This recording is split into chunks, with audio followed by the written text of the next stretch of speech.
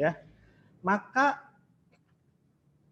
kalau saya menggunakan datanya bukan itu.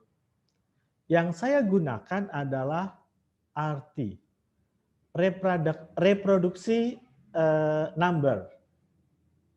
Ya, itu yang saya gunakan. Mengapa? Karena reproduksi number itu menggambarkan bagaimana apabila seorang sakit, orang tertular COVID misalnya, dia itu bisa menulari ke berapa orang. Jadi begini, misalnya arti untuk campak itu 18, artinya satu orang yang kena campak dia bisa menulari ke 18 orang. Nah, arti pada COVID-19 ini yang harus kita ukur sehingga tidak lebih dari satu. Mengapa? Kalau lebih dari satu, misalnya 2, maka berarti satu orang yang tertular, dia akan bisa menulari kepada 2 orang. 2 orang lainnya untuk bisa jadi sakit. Nah, yang digunakan oleh WHO saat ini adalah arti itu harus kurang dari 1. Artinya kalau kurang dari 1, itu kemungkinan untuk menulari pada orang lain itu kecil. Bahkan mungkin 0. Nah, inilah yang digunakan. Jadi apabila gereja mau membuka ibadah, atau misalnya mall mau buka kegiatannya, yang digunakan itu sebaiknya adalah reproduction number atau arti ini. Dan data yang saya dapatkan sampai hari kemarin ya saya dapatkan, itu arti di Kota Bandung itu adalah 0,93. Sorry, 0,97. Sorry, 0,93. Artinya kurang dari 1. Tetapi, nah ini ada tetapinya. Arti di Jawa Barat itu 1,73. Nah, ini yang menjadi permasalahan. Mengapa? Karena Kota Bandung ini batasnya itu kalau di kota ini kan batasnya kan nggak jelas ya. Batasnya kan hanya administrasi ya. Jalan Kopo misalnya itu tetanggaan itu bisa yang satu masuk Kabupaten Bandung, yang satu masuk Kota Madya Bandung.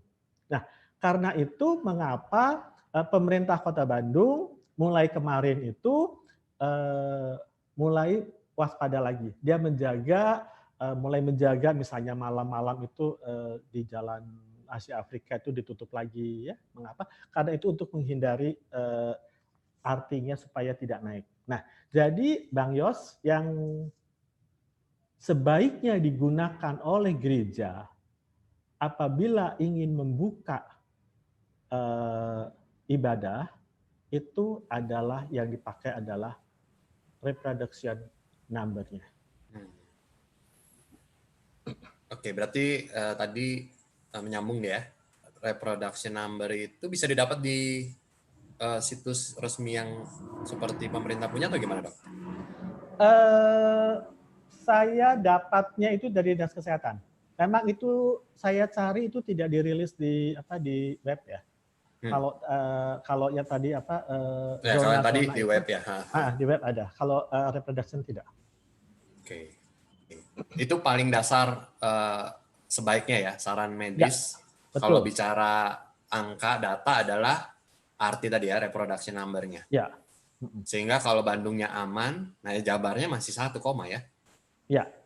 Oke. Kalau berawal dari setelah berangkat dari zonasi, ya katakanlah kita memakai itu juga, termasuk kan juga bicara orang, walaupun kemudian menentukan oke, kita pakai arti atau pakai zonasi yang standar, seperti yang tadi dikatakan Dok, misalnya cukup nggak dengan persiapan yang udah viral kan ya, pembatasan jumlah yang datang, pendaftaran dan sebagainya. Blind spot apa yang belum menurut dokter yang mungkin di Kebon Jati sendiri atau di tempat lain yang misalnya tadi saya tunjukin, misalnya kita nyiapin kursi tapi kita nggak nyiapin yang datang. Misal contoh aja ya, kalau di waktu rapat majelis di Sudirman itu ada pegawai bank dan Danamon, dia bilang kalau mau pakai aplikasi murah, gratisan kalau nggak salah ya, yang mencatat tiap hari itu yang mau datang itu ada beberapa pertanyaan yang langsung bisa cepat tuh. Dia datang dari misalnya dalam 14 hari kedatangan tamu dari Jakarta, nggak usah masuk kerja gitu. Nah, hal-hal apa yang standar mungkin gereja udah siapin, cuci tangan dan sebagainya, yang belum menurut dokter, yang bahaya juga. Ya, jadi begini. Jadi untuk membuka satu kegiatan ibadah itu ada 2 syarat. Syarat eksternal dan syarat internal. Syarat eksternal itu yang tadi, arti itu. Nah, sekarang kita lihat, kalau jemaatnya itu penduduk Kota Bandung, maka bisa dikatakan dalam tanda petik aman. Lain halnya misalnya ada jemaat yang ternyata dia tinggalnya di Kabupaten Bandung, atau di Cimahi, atau di Sumedang. Nah, itu yang harus dipikirkan kembali. Itu eksternal. Secara internal, itu ada 2 hal internal. Yang pertama adalah bagaimana majelis jemaat mempersiapkan suprastruktur dan infrastrukturnya. Yang kedua adalah bagaimana majelis jemaat mempersiapkan jemaatnya. Ini penting. Nah, mengapa? Karena tujuan awalnya itu adalah mengurangi faktor resiko tertular. Nah, mengurangi faktor resiko tertular ini ada rumusnya. Jadi selama ini kita ini kan dalam tanda petik latah gitu ya. Oh, bahwa protokol kesehatan itu hanya 3 kok. Jaga jarak, cuci tangan, pakai masker. Kalau gitu bikinlah sebanyak mungkin tempat cuci tangan, misalnya begitu ya. Tempat duduk ya aturlah jaraknya berapa, 1 meter sampai 2 meter, atur begitu. Sebetulnya tidak seperti demikian. Ada hitungannya, ya kayak semacam rumus lah gitu ya. Bahwa faktor resiko seorang tertular itu rumusnya adalah dosis kali virulensi dibagi imunitas. Bingung ya? Jadi dosis dikali kali virulensi dibagi imunitas. Nah, dosis itu terdiri dari apa? Variabel dosis itu banyak. Pertama, yang paling utama adalah ventilasi. Nah, saya beri contoh ya. Saya boleh sebut nama gereja ya, Bang Nus ya? Boleh. Misalnya gini, yang saya ketahui, yang saya lihat, yang saya rasakan, ventilasi dari antara gereja-gereja yang tadi Bang Yos sebutkan, itu ventilasi gereja Taman Cibudut itu paling jelek. Paling tidak bagus. Karena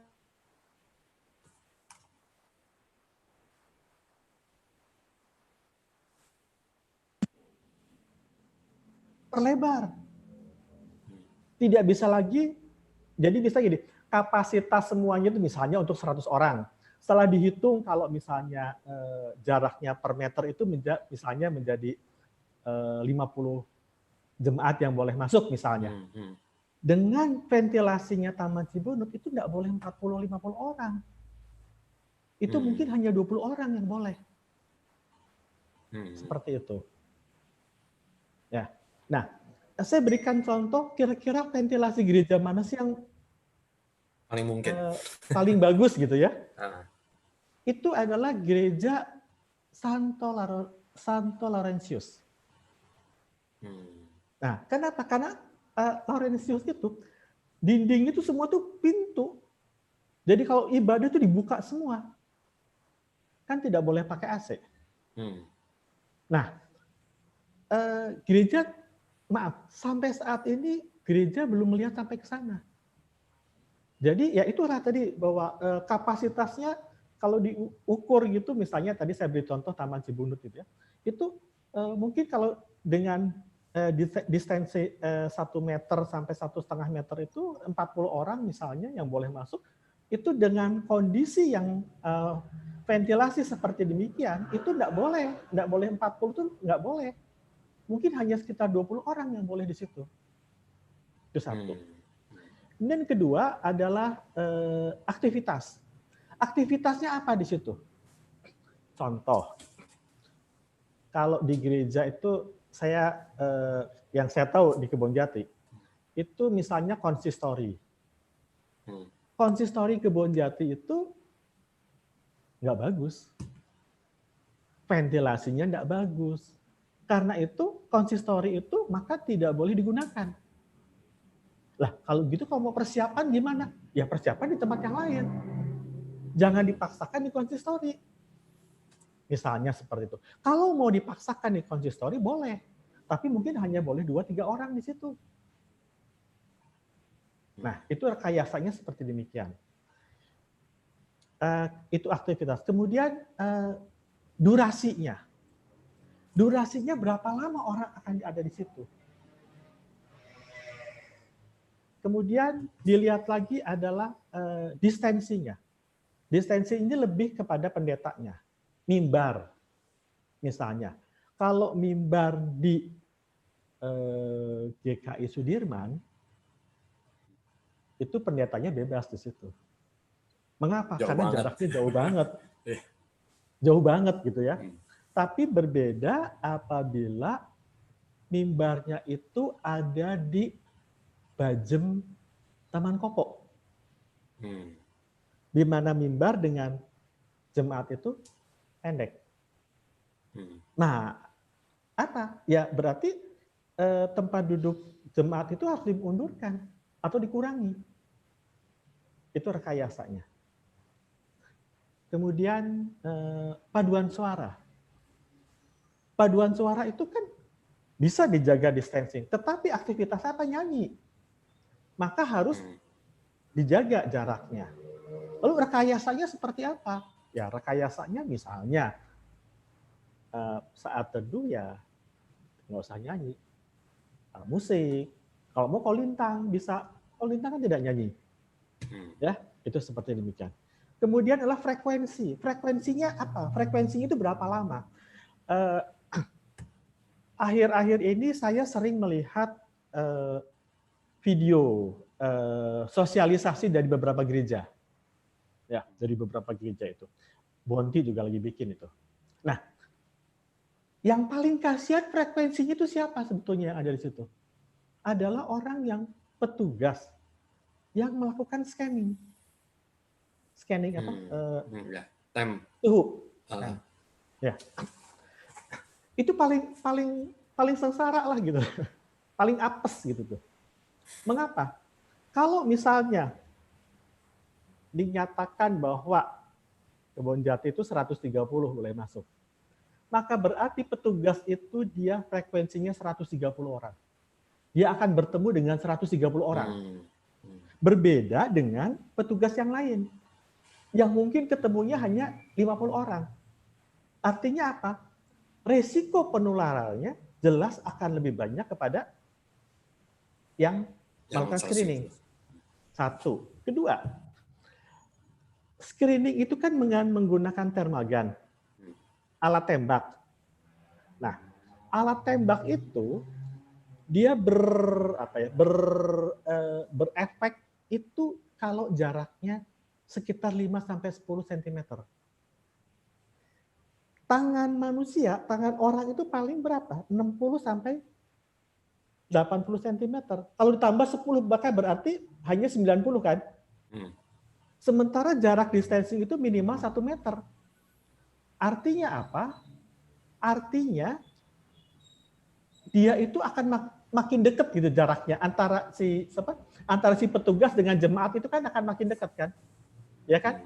Nah, jadi resikonya udah tambah besar. Udah distancingnya makin pendek, frekuensinya makin banyak. Ya kan? Nah, kalau begitu gimana? Oh, kalau gitu nggak usah ada screening misalnya. Tidak juga. Harus ada rekayasa. Misalnya rekayasanya apa? petugas di situ harus selain masker dia menggunakan face shield. Masker, face shield, dan gaun. Baju pelindung harus dipakai. Jadi, faktor internal yang tadi saya sebutkan itu adalah setiap gereja harus bisa memetakan bagian mana, ruangan mana, tugas apa yang mempunyai faktor risiko. Nah, saya buatkan di Bounty itu ada zona kuning, zona hijau, zona apa. Itu menentukan APD-nya apa. Begitu. Kalau misalnya yang saya buat, ini kan kalau zona kan bikinan kita ya, mau suka-suka lah gitu ya. Kalau mau zona hijau, saya buat APD-nya level 1. Level 1 itu apa? Misalnya cukup dengan masker dan sarung tangan misalnya. Tapi level 4 itu harus pakai lengkap. Harus pakai masker, pakai face shield, pakai kacamata, pakai baju, dan sebagainya. Nah, setiap gereja itu harus bisa memetakan seperti itu. Mengapa? Karena kan kita pengennya aman. Amannya siapa? Amannya aman di kita, aman di orang lain, dan aman di lingkungan. Nah, setiap gereja itu berbeda. Tidak bisa disamakan. Ya, patokannya sama, hanya 3 patokannya. Pakai masker, jaga jarak, cuci tangan. Tetapi setiap gereja itu karena site-nya berbeda ya polanya akan berbeda juga gitu tuh. Ya, jelas ya Bang Yos ya? Ya. Kalau mau mendalami yang ini, Dok, agak menyambung dan mendalami soal aktivitas di dalam tadi ya, yang memang airborne itu kan sudah, walaupun di TV masih beda-beda dan sebagainya, bicara aktivitas kan tadi soal nyanyi ya, kan juga ada percakapan di webinar, ya nyanyi paling aman, ya tidak nyanyi gitu ya, kegiatan yang hanya itu yang update terbaru lah Dok, katakanlah kalau memang itu harus bernyanyi ya sudah aja si pemandunya aja yang di depan atau hanya diputerin MP3 gitu ya, kita hanya menikmati. Itu gimana Dok? Kalau mau pakai face shield misalnya, ya kan? Termasuk yang umat ya? Atau... Termasuk umat kalau memang mau nyanyi, ya kan? Karena tapi tidak lepas masker berarti ya? Tidak lepas masker. Jadi masker itu tidak bisa digantikan. Ya. Tidak ada yang APD yang bisa menggantikan masker, itu tidak ada. Sampai saat ini. Itu ya. Kemudian ingat lagi saya misalnya GKI Maulana Yusuf ya kalau tidak salah. Itu Maulana Yusuf ada loteng ya. Ya. Nah, itu sebaiknya loteng itu tidak dipakai. Kemungkinan ke bawah. Nah, seperti itu karena lotengnya Maulana Yusuf kan itu seperti itu ya bioskop ya. Ya. Nah, maka sebaiknya itu tidak difungsikan seperti itu. Jadi, saya mau mengatakan apa? Yang mau saya katakan adalah bahwa setiap gereja itu tidak sama. Betul. Kasusnya berbeda, penanganannya pun berbeda. Jadi kalau ditanya, boleh nggak buka? Boleh. Tapi Anda lihat dulu, gereja Anda seperti apa, rekayasanya seperti apa, seperti itu. Yang paling tadi yang paling ngeri kan sebetulnya airborne-nya tadi Dok. Bahkan kalau misalnya bernyanyi ataupun tidak kan isu yang berkembang, kalaupun ada celah sedikit di masker saya, di face shield saya, entahkah saya hanya ngomong ataupun bernyanyi ya, berusaha bernyanyi sebagai umat, lalu ketiup angin gitu ya, karena kan semua jendela dibuka, semua pintu. Itu benar bisa tertular atau kemungkinannya berapa persen tertular dengan status? Kemungkinannya kecil sebetulnya. Saya sendiri, pemerintah Indonesia sendiri belum meyakini bahwa itu airborne. Yang saya bayangkan, ini kan ilmu baru ya. COVID ini kan ilmu baru ini kan. Ya. Yang saya bayangkan itu kalau betul ini airborne, maka kelihatannya sakit mah udah banyak banget gitu ya. Udah lebih dari sekarang lah gitu kira-kira. Dengan gaya hidup kita Dengan juga gaya yang seperti saat ini. Ya. Ya itu dari walaupun masih debatable, tapi kan juga mengantisipasi itu ya. Betul, harus hati-hati. Betul. Harus hati-hati. Jarak antar anggota jemaat simpatisan di dalam satu ruangan. Bolehkah berpapasan nanti di toilet gereja kita kan sebetulnya sempit tuh ya. Pintunya gagang, ya oke, gagang kita pasti waspada ya. Tapi kan nggak tahan kadang-kadang ngobrol di WC dan sebagainya. Dan sebetulnya yang paling bahaya itu adalah WC wanita. Bukan WC pria. Kalau WC pria kan satu tempat, satu WC itu kan bisa buat 2-3 orang kencing ya. Bisa kan bilang gini, nggak boleh ngomong loh. Masih bisa kan? Bisa. Jadi masuk nggak usah ngomong, bisa. Tapi di tempat WC perempuan, pada waktu kencing, wanita kencing kan ditutup tuh pintunya. Nah, pada waktu ditutup itu, kemudian orang berdahak. Berdahak kemudian dia keluar. Nah, itu kan udaranya kan masih ada, kemudian ada orang lain masuk gitu tuh. Oh, oke. Ya. Iya kan? Ya. Jadi kemungkinan tertular sih. Iya. Betul ya? Benar. Nah, sehingga itu juga harus jadi pertimbangan. Bahkan harus ada, kalau menzonakan tim penjaga toilet. Betul. Harus diperhatikan. Yang mungkin itu nggak terpikirkan ya. Betul. Jalan masuk dan jalan keluar selesai ibadah yang tadi saya tulis juga ya. Iya. Kemungkinan papasan dan itu penularan berapa persen ya, Dok? Sebetulnya kalau papasan diem nggak apa-apa. Papasan diem ya. Ya, papasan diem gitu ya. Ya, even jaraknya kurang dari semeter kan gedung kita setengahnya itu, lorong tengah buat ke kursi itu kan, seingat saya di Bandung itu sempit-sempit ya, nggak luas juga. Dibuat alur masuk, alur keluar. Oke. Ya. Sedapat mungkin tidak papasan gitu ya. Iya, betul. Oke. Berarti aktivitas ya tadi walaupun debatable, nyanyi itu masih dimungkinkan kalau mau. Masih dimungkinkan. Iya. Dan maksudnya termasuk juga umat ya. Iya. Oke.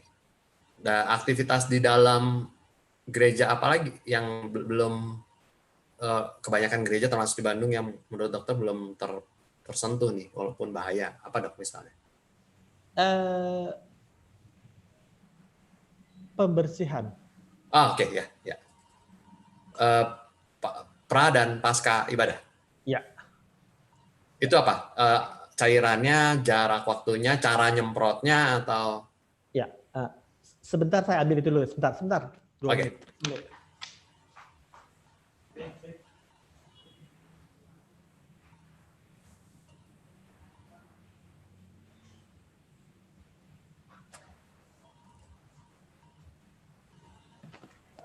Bang Yos, jadi begini.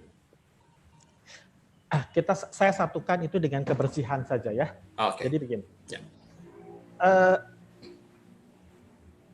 Kita ini sering menyemprot, melakukan desinfektan. Itu dilakukan sebelum dan sesudah ibadah. Ya. Masalahnya adalah seringkali kita itu dalam tanda petik salah atau tidak tepat melakukan desinfektannya. Nah, semprot. Oke. Bangku semprot. Itu sebetulnya bukan seperti demikian. Kemudian ada ibu-ibu biasanya. Ya, ibu-ibu kan biasanya tempat duduk saya kotor nih ya. Dia semprot sendiri. Kalau semprot sendiri masih mending. Dia nggak bawa desinfektan. Dia bawa tisu basah. Dielap. Ya. Tahu nggak tisu basah itu mengandung alkohol tidak? Tidak mengandung alkohol. Artinya apa? Dia cuma bersih dari debu, tapi tidak membunuh kuman. Tidak membunuh virusnya. Nah, ini harus kita pikirkan seperti demikian. Ya. Nah, kemudian cara membersihkan tadi handle Kursi tangan. gagang gas ya. Nah, atau kalau ada lift, tombol-tombol liftnya itu nggak boleh disemprot begitu. Awalnya harus dicuci dulu pakai lap dengan air biasa. Tujuannya apa? Tujuannya adalah untuk menghilangkan debu. Kedua, baru disinfektan. Seperti itu. Nah, kemudian itu kan semua jemaat itu kan protokolnya sama itu kan. Kalau saya lihat di gereja-gereja, tembak, kemudian cuci tangan. Ya. Nah, cuci tangannya dua macam kan. Ada yang pakai hand sanitizer, ada yang pakai sabun. Ya. Itu pun berbeda. Modelnya sama, tetapi caranya waktunya berbeda. Apabila itu menggunakan hand sanitizer, itu cukup 20 detik. Tetapi kalau itu menggunakan sabun, itu tidak bisa 20 detik. Minimal 30 sampai 40 detik. Nah, ini kadang-kadang kalau dalam peragaan itu tidak ditunjukkan. Ya kan? Kalau kita lihat, sebetulnya bagian tangan kita yang paling kotor itu apa sih? Bagian mana dari telapak tangan kita ini? Yang paling kotor itu sebenarnya di ujung-ujung. Jari. Ujung-ujung. Tetapi yang sering dibersihin apa? Telapak tangannya. Ya kan? Ya, ini kan salah sebetulnya. Karena apa? Kalau di cara membersihkan tangan itu kan, di akhirnya kan ada ini. Ujungnya harus dibersihkan. Dan ini kan jarang sekali kita lakukan yang seperti demikian. Nah, hal-hal cara membersihkan itu sangat krusial. Jadi jangan sampai kita menganggap itu sudah bersih, betul bersih, tetapi tidak steril. Bersihnya dari debu gitu tuh, ya kan? Tapi virusnya masih ada. Seperti itu. Oke, soal tadi pembersihan tadi di ruangan sekalian dok, berbagai jenis cairan kan bisa beda-beda ya. Nah yang aman untuk dihirup maksudnya pasca disemprot butuh durasi berapa lama? Setelah disemprot dan sebagainya itu ada aturan. Jadi sehabis ruangan habis dilakukan desinfektan itu baru boleh digunakan sekitar 3 jam kemudian. Apapun jenis cairannya ya dok ya? Apapun, yang paling sering dipakai kan yang mengandung klorin. Maksudnya itu kan kadarnya, ya tergantung. Nah ini juga harus dicek ya. Kadar nyemprot itu jangan air doang. Ya. Ngeri juga. Berarti 3 jam ya. Jadi buat 3 jam. Jemaat-jemaat yang akan membuka lebih dari 1 kali kebaktian itu harus dipertimbangkan juga. Jadi kalau antara satu kebaktian dengan kebaktian berikutnya itu minimal harus 4 jam. Ya kan? Betul. Ya, jemaat 1 jam keluar ya 1 jam, ya kan jemaat keluar misalnya mulai jam 8 kan harus 45 menit nih sekarang. Jam 9 lah dianggap selesai, ya kan? Itu kan bersih-bersih. Nah, itu sampai nanti selesai itu kan baru 4 jam ke depan. Berarti jam berapa? Jam 9 tambah 4 nanti jam 1 baru boleh dipakai ibadah untuk yang kedua. Seperti itu.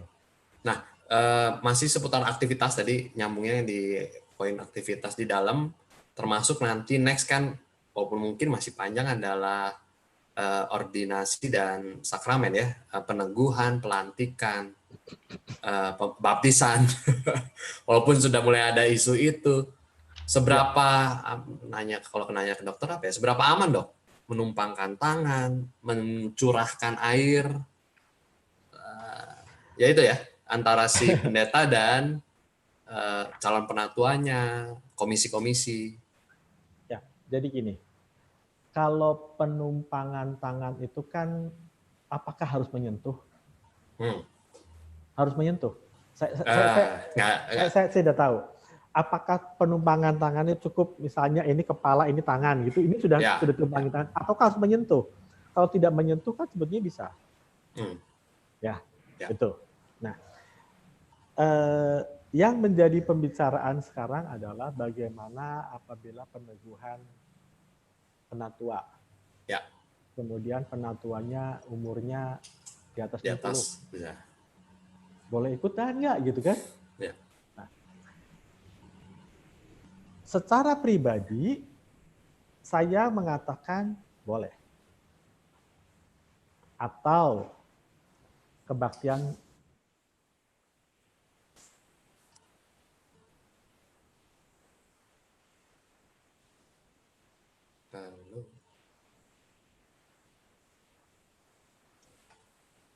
Kak Fani kayaknya Kami terputus ya? Sepertinya begitu, Kak Fani. Oh, oke. Keputus. Entah sinyal beliau mungkin. Mungkin lagi berusaha nyambung kembali nih.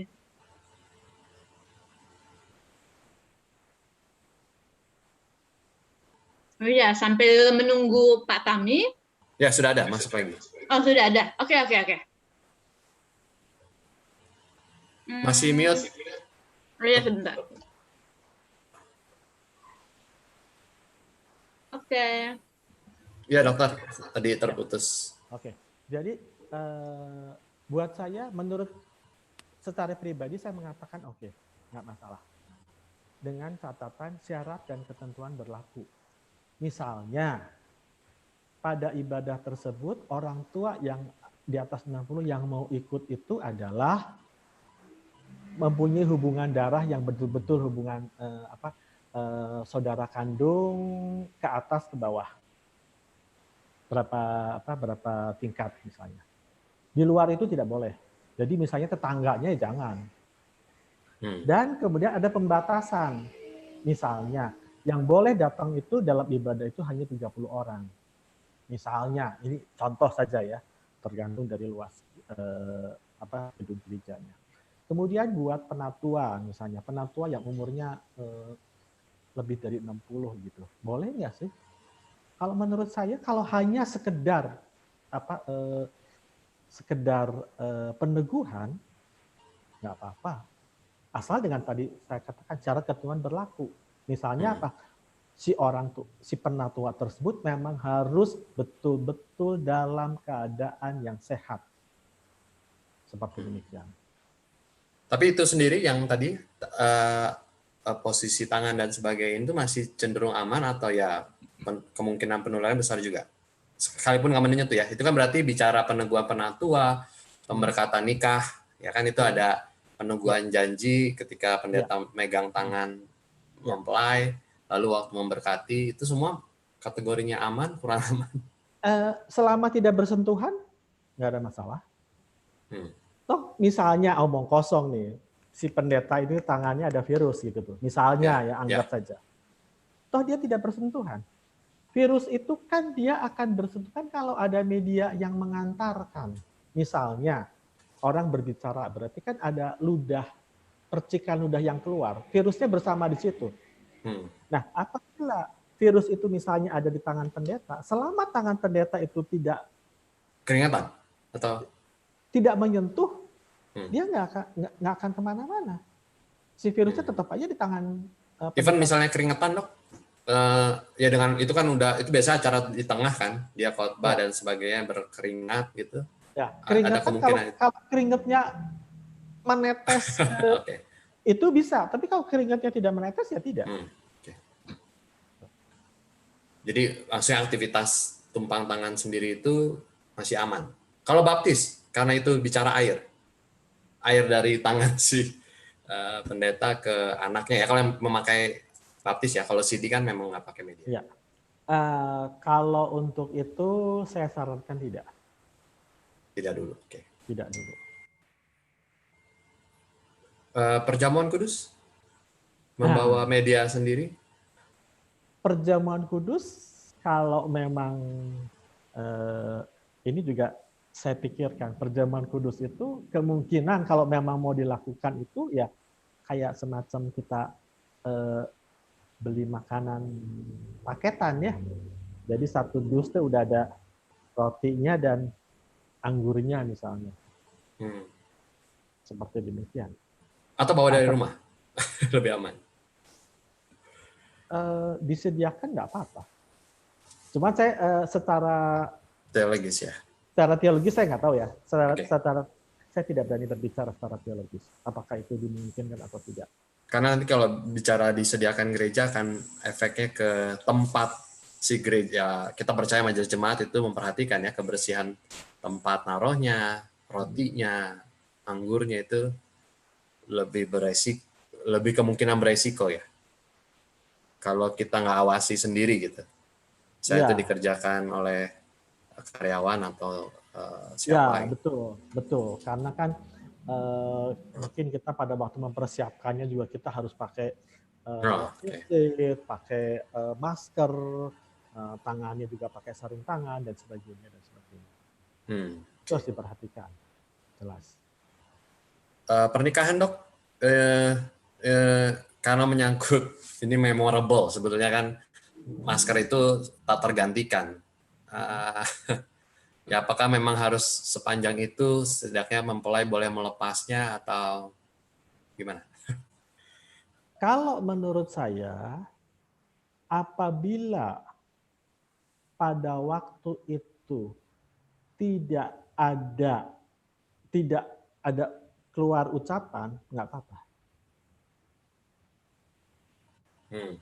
Wah susah kalau yang saat janji harus ngomong mereka. Nah, kalau janji itu kan beda. Itu kan ada ucapan ya, itu harus dicegah. Otomatis memakai masker dong ya? Iya, betul. Oke. Ya itu kan hal-hal teknis yang juga harus dipertimbangkan buat orang yang melakukan pesta ini, buat mereka kan agak mengganggu seni foto dan sebagainya. Ya silakan dong, ada tambahan. Bicara tentang masker, masker ini kan sekarang sudah menjadi kayak gaya hidup gitu ya. Maskernya dibuat macam-macam gitu kan ya, kainnya, supaya bahkan ada di toko online itu kan bajunya batik dengan maskernya sama gitu tuh, ya kan? Kita harus berpikir loh, masker itu kalau dia terbuat dari batik, maka itu batiknya diapain sih? Dicetak? Atau misalnya maskernya itu ada polos tapi ada lambang perusahaan gitu. Logo itu diapain sih? Itu kan disablon. Ya kan? Berarti sepanjang itu kita menghirup racun yang ada di sablon tersebut. Ini harus dipikirkan loh. Ya kan? Harus dipikirkan. Ya. Itu bicara maskernya sendiri ya. Bicara maskernya sendiri. Tapi intinya tadi aktivitas di dalam gedung gereja sepanjang ibadah no kompromi, ya jangan lepas masker ya. Kecuali ya kalau di berita itu kan pengecualian tanpa masker adalah makan di rumah gitu ya. Tapi kalau udah bicara kalau bicara ibadah udah nyanyi ya silakan pakai masker. Mengucapkan ya janji apapun ya pakai masker gitu ya dok ya? Ya betul, pakai masker. Pengucapan iman rasuli misalnya, pakai masker. Jadi benar-benar no kompromi, pokoknya kegiatan ibadah dari awal sampai pulang ya pakai masker. Pakai masker. Oke. Tadi saya ingin mendalami juga soal ini yang kegiatan kan memang akan fokus. Kalaupun buka adalah hari Minggu. Nah, sebelum hari Minggu, Senin sampai Sabtu, tadi kan saya catat juga, gedung-gedung kita itu dipakai oleh piket, oleh streaming, recording gitu ya. Ya, kalau yang teman-teman sekolah, karyawan sekolah, guru, dan sebagainya.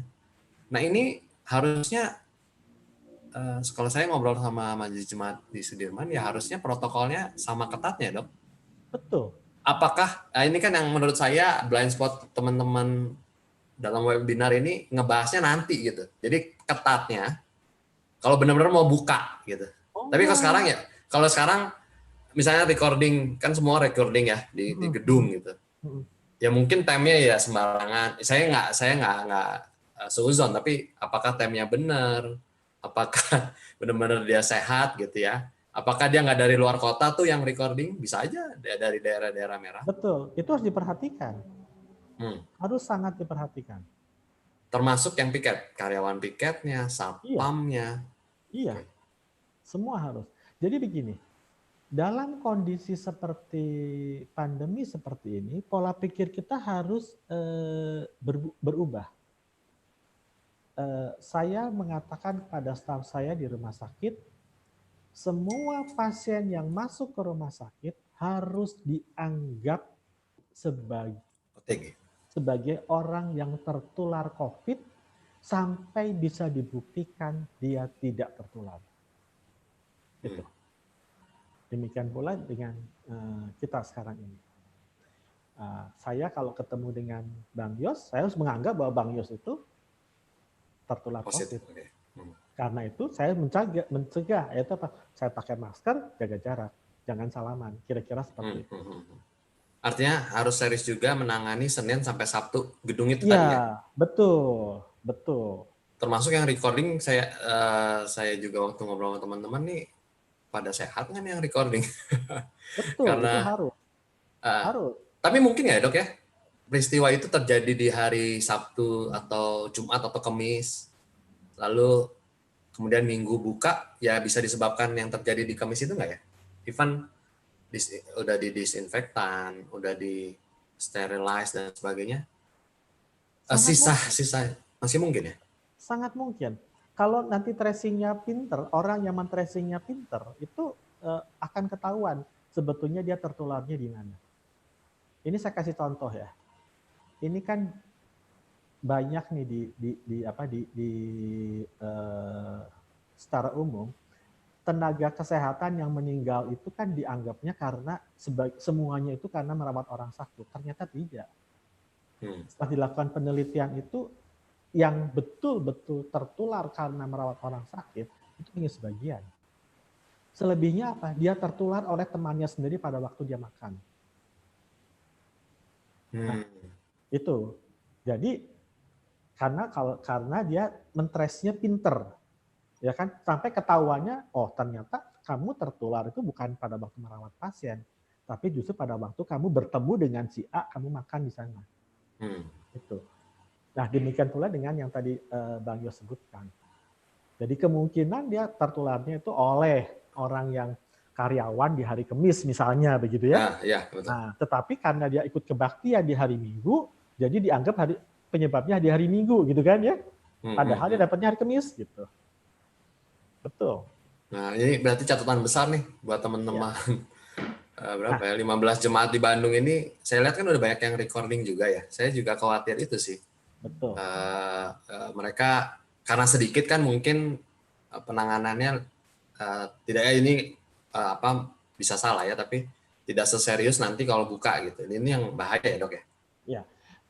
Kemudian saya ingin mengingatkan bahwa untuk semua gereja yang akan buka itu dia harus punya record loh. Si A kebaktian tanggal sekian, jam sekian, duduknya di mana. Itu harus punya record. Jadi seperti kalau di pesawat itu manifest gitu loh. Manifest tempat. Itu harus punya record dan recordnya itu tidak boleh dihilangkan dalam kurun waktu minimal 3 bulan. Itu harus disimpan terus. Apabila misalnya ada salah satu jemaat yang kebetulan panas misalnya, dia harus report ke gereja. Dia pergi ke dokter misalnya, kemudian dia report ke gereja bahwa saya panas. Kemudian dicek nih, dia duduknya ada di mana. Dan sekitarnya itu harus kita hubungi, di tracing. Itu tahu dari mana? Dari manifest itu. Karena itu setiap gereja itu harus punya itu data seperti itu. Ya, kalau di panduan sinode disebutnya malah kalau perlu foto jam kebaktian pertama di foto. Saya membayangkan, ayo Bapak Ibu silakan duduk, di foto cekrek, lalu ya intinya data yang akurat itu ya dok ya. Iya, jadi kalau bisa kayak kita duduklah di pesawat gitu tuh ya. Kalau pesawat kan kita tahu nih duduknya kan nggak boleh pindah-pindah tuh duduknya, ya kan. Kalau sudah ditentukan di barisan row 1 kolom 2 misalnya, ya udah di situ. Kalau mau pindah ya dia harus bicara sama panitia atau petugas gereja. Saya pindah dari sini ke sini, itu harus di-report gitu. Dan ini jemaat harus diberitahu. Betul, betul. Duduknya pindah gitu ya, karena sebelah kosong, itu nggak bisa itu. Ini edukasi kepada jemaat harus jelas. Seperti ya, edukasi. Tapi kalau itu bicara jemaat juga, di situ kan di gedung gereja kita ada karyawan, ada OB, ada poster, ada itu berarti harus juga begitu ya dok ya, memastikan dia rumahnya di mana, Iya. pergi ke gerejanya naik apa begitu ya. Iya. Bahkan, saya agak ragu apakah itu ya Sudirman dengan sengaja melibur, udah libur aja lah dari rumah aja kerjanya karena karyawan juga cuma 2 begitu ya. Nah yang lain nggak tahu gimana dong. Gereja itu memang sulit ya kalau Sudirman itu kan gerejanya bareng dengan sekolah ya, artinya ada aktivitas lain ya. Ya. Untuk gereja-gereja yang tidak ada aktivitas lain, misalnya kayak Kebon Jati, itu kan tidak ada aktivitas lain kan, itu tuh setiap tamu yang datang itu harusnya harus terdata itu, harus terdata. Tamunya itu siapa, datangnya hari apa, jam berapa, itu harus punya catatan. Seperti itu. Ya, berarti keseriusannya termasuk jemaatnya, tamunya, karyawannya. Betul, semuanya. Dan ya catatan yang di awal saya juga soal yang akan datang itu bukan cuma daftar ya dok, memastikan dia dalam 2 minggu begitu atau dalam berapa minggu kumpul dengan siapa itu perlu ya? Atau datang dari mana? Atau memang dia selama ini cuma di rumah, cuma pergi ke mana? Ya. Perlu itu dok, sedetail itu? Perlu.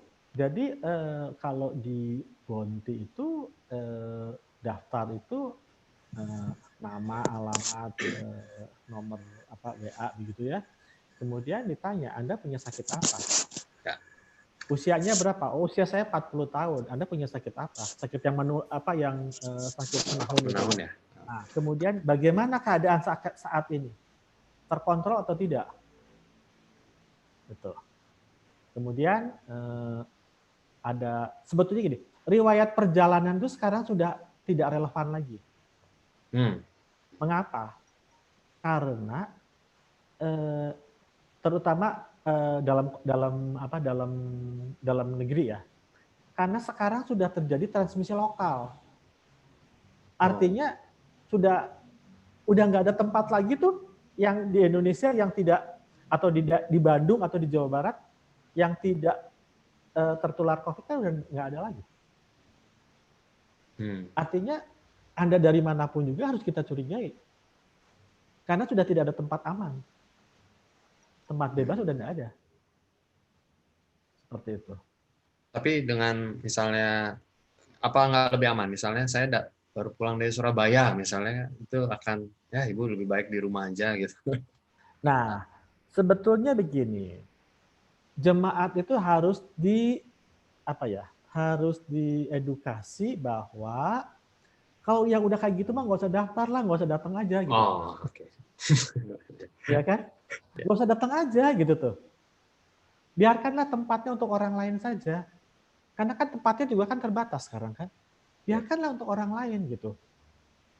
Nah ini peran, nah itu yang tadi saya katakan bahwa faktor internal itu selain gereja mempersiapkan itu, juga dia bisa mempersiapkan jemaatnya, mengedukasi jemaatnya. Nah ini jauh lebih penting sebetulnya. Ya, betul.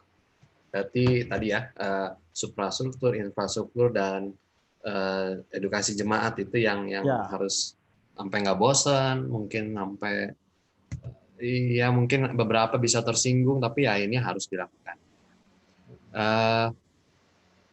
Ada lagi dok yang dari dokter yang mungkin saya catatannya belum tersampaikan dari sisi medisnya ini. Tadi kan udah bicara persiapannya, gedungnya, aktivitasnya, pulangnya, tracing, ada yang.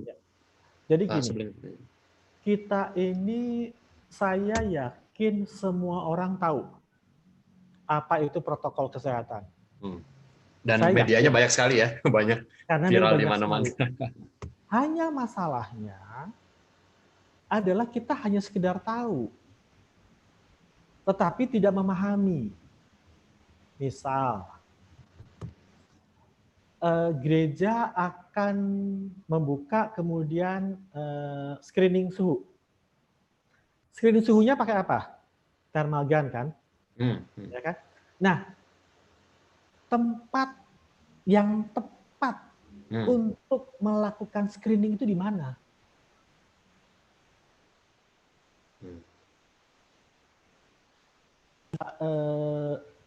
Aturannya begitu tuh. Nggak bisa di sembarang tempat itu. Pengukuran suhu itu harus kalau dengan menggunakan thermal gun itu harus di tempat yang teduh. Tidak boleh kena sinar matahari. Mengapa? Karena thermal gun itu sistemnya adalah infrared. Dan dia akan membaca sinar matahari yang terkena ke tubuh kita. Satu. Kedua, biasanya perempuan itu rambutnya suka ada poninya gitu ya. Ya, poni itu harus disibakkan pada waktu kita mau mengukur. Nah, jadi petugas yang melakukan penembakan itu dia harus tahu di mana si thermal gun itu ditembakkan dan jaraknya berapa. Caranya ya. Betul. Caranya seperti apa? Ya betul. Nah, thermal gun itu sebetulnya tidak didesain untuk melakukan pengukuran suhu secara massal. Karena itu, kalau kita lihat pergi ke mall gitu tuh, berapa? 35,1. Itu kok udah nggak logis gitu kan ya. Itu kenapa? Tapi kan petugasnya juga diam-diam aja gitu kan. Ya kan aman karena taunya nggak boleh lebih dari 37 gitu kan. Nah kita waspada dengan hal yang seperti itu. Karena thermal gun itu tidak didesain untuk mengukur suhu yang massal. Artinya apa? Kalau gereja mau melakukan itu, maka harus punya minimal 2 thermal gun yang digunakan saling silang. Jadi sekarang pakai yang ini, ke A, yang orang kedua itu ke B itu nggak boleh pakai alat yang sama, pakai alat yang kedua.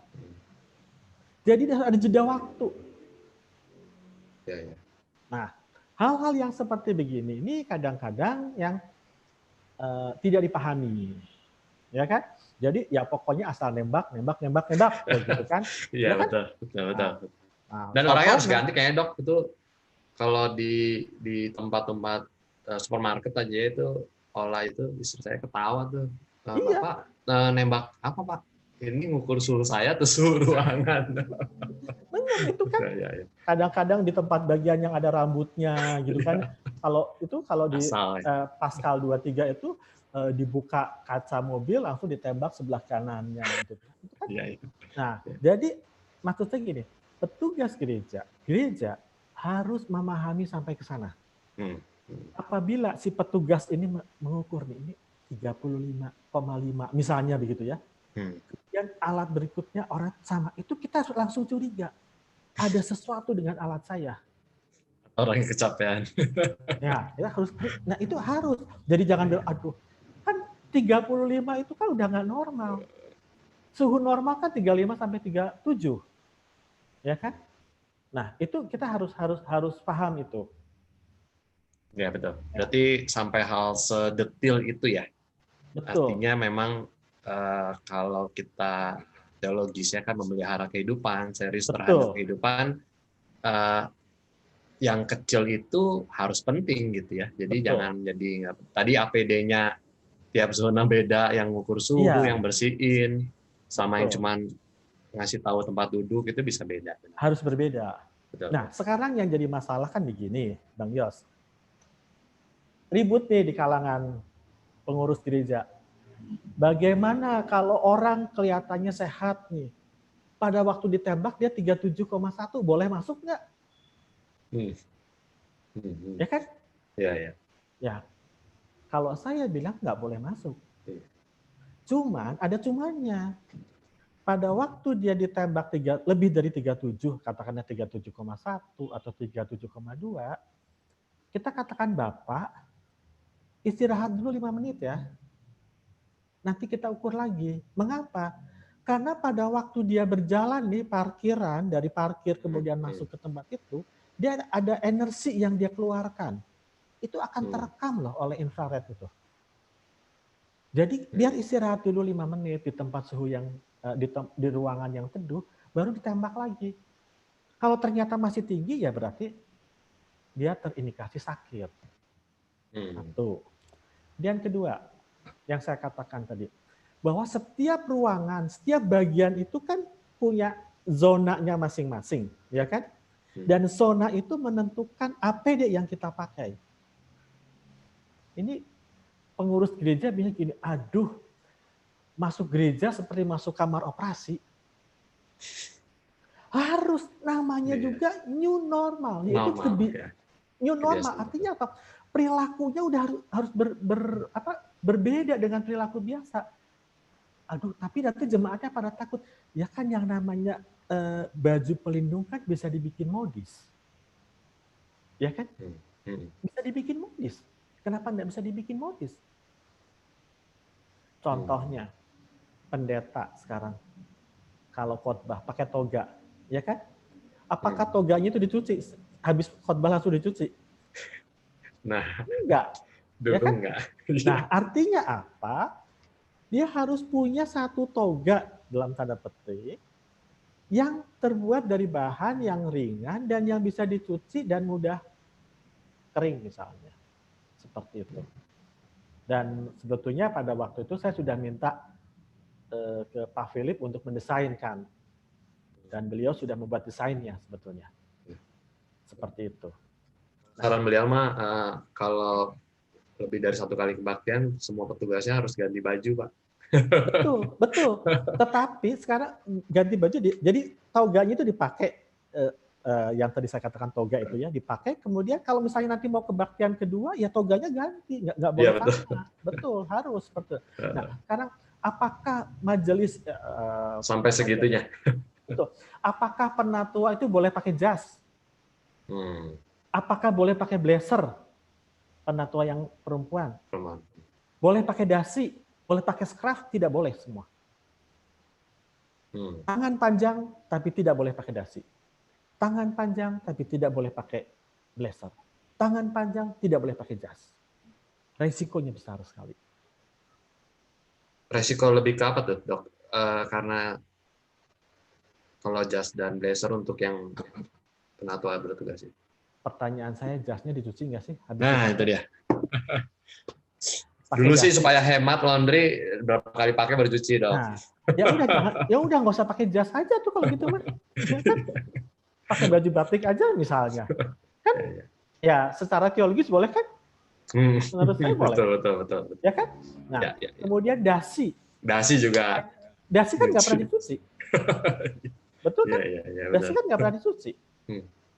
Betul. Penelitian, karena itu sekarang itu di rumah sakit ini sebelum pandemi ya, itu rumah sakit itu sekarang udah dokternya udah pada nggak pakai jas, udah nggak pakai dasi. Kenapa? Menurut penelitian dasi itu menjadi sumber penularan infeksi. Itu. Oke. Nah, jadi itu harus diperhatikan hal-hal yang seperti itu. Nah, tangan panjang harus. Nah, kita harus ingat ya begini, Bang Yos. APD itu melindungi siapa sih sebetulnya? Namanya alat pelindung diri. Jadi APD itu adalah melindungi kita, melindungi saya memakai. Tetapi dia bisa mencelakakan orang lain. Ini harus hati-hati loh.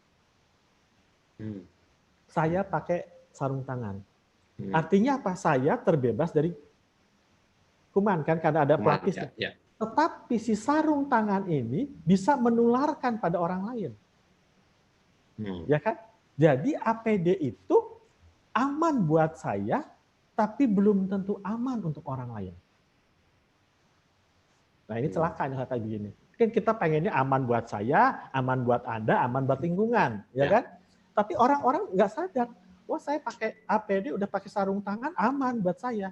Betul aman buat saya, tapi dia pegang handle pintu, berarti kan sudah menularkan ke situ. Nah seperti itu. Nah itu artinya untuk para petugas yang ya itu cara membuang, cara melepas itu harus diajarin juga ya dok? Ada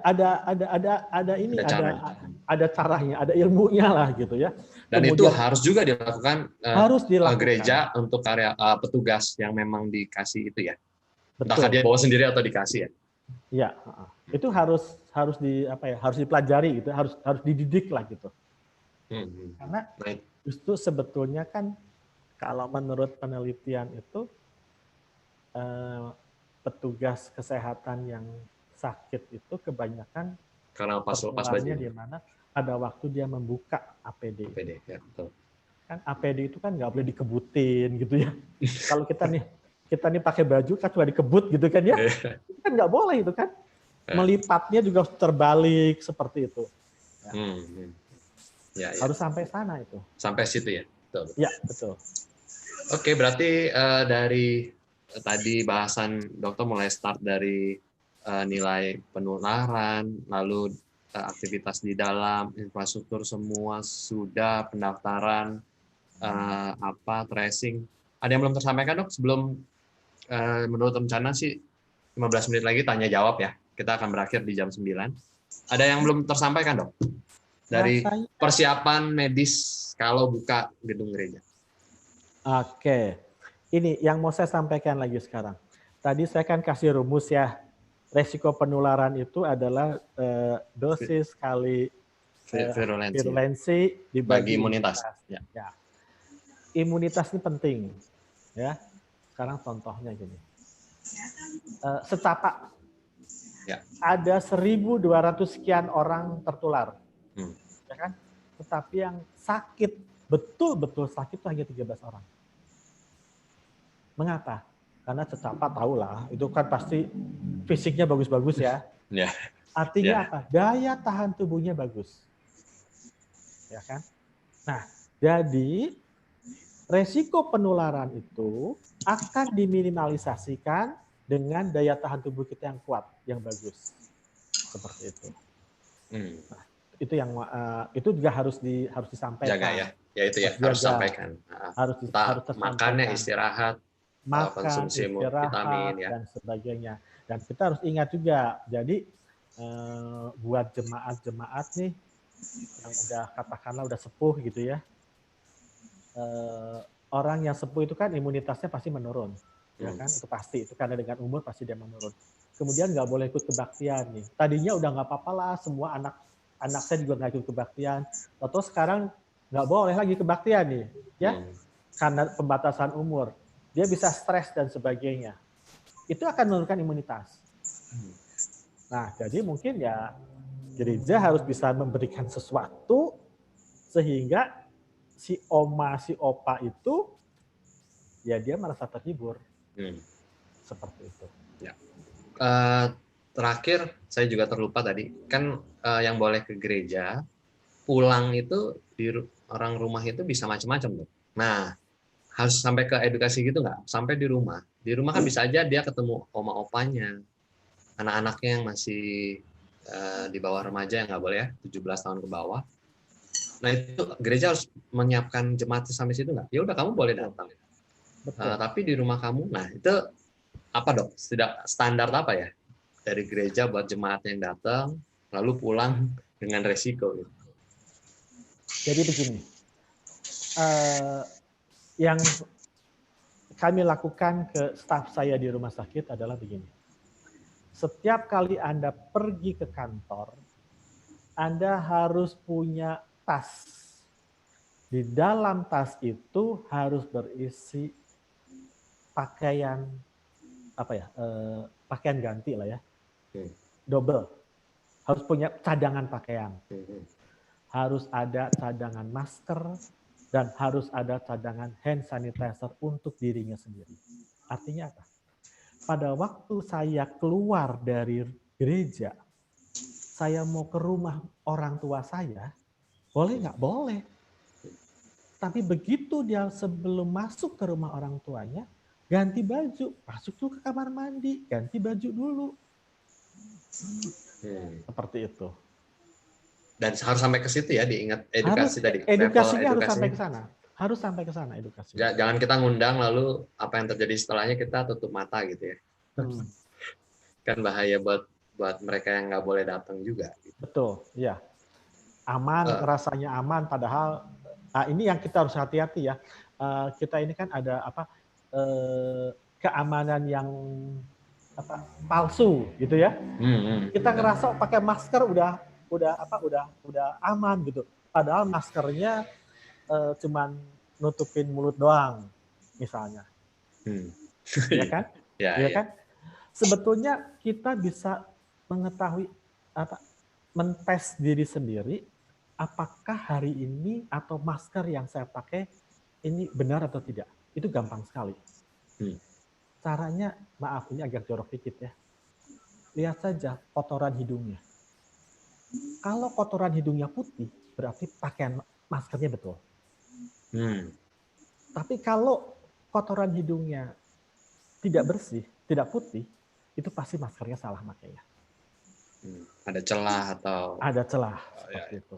Nah, atau dengan tiup lilin itu yang viral kan, tiup lilin. Kalau tiup lilin itu adalah bagaimana kita menularkan pada orang lain, tiup lilin itu. Tetapi yang tadi saya katakan itu adalah bagaimana dia masuk ke dalam tubuh kita. Oh, I see. Ya, agak beda. Maaf, sorry. Saya dapat satu video sosialisasi itu di satu gereja di Jakarta, GKI di Jakarta itu. Menurut saya kejam gerejanya.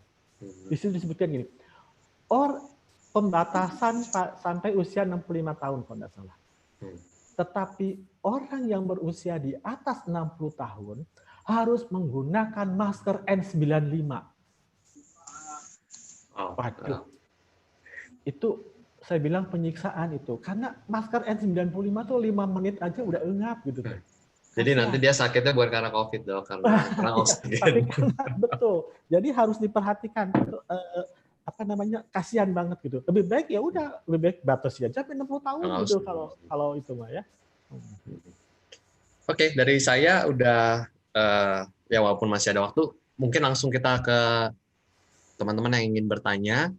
Saya juga dibantu dari Kak Fani ya, yang betul. Di grup chat maupun di chat live chat di YouTube. Sudah saya rekap pertanyaan-pertanyaannya yang ada di itu form Google, Kak. Ya, oke. Nah, boleh ditanya.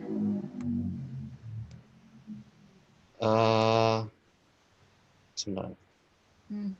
Ya, ada di mana ya? Oh, ada di begitu? Ya. Sebentar. Langsung dibacain aja, Van. Langsung saya bacakan ya? Oh ya, Oke. Silakan, sorry. Ya, saya bantu. Nah, ini pertanyaan dari rekan kita yang dari YouTube oleh Pak Dedi Yanuar. Beliau menanyakan, kalau gereja yang tidak memiliki ventilasi sama sekali itu bagaimana? Karena kalau misalnya suara dari gereja bocor keluar, maksudnya ini apabila pintu gerejanya ternyata dibuka dan menyebabkan suara bocor keluar, bisa didemo warga. Itu tadi berhubungan dengan penjelasan yang pertama ya, yang mengenai kondisi gedung gerejanya. Itu dulu sih. Silakan Dok. Tadi bicara ventilasi walaupun harus sangat ini, tapi kondisinya itu tuh. Kalau buat saya, itu perubahannya sangat besar. Jadi gini, ada ilmunya sebetulnya. Jadi boleh nggak ventilasinya kecil seperti gitu?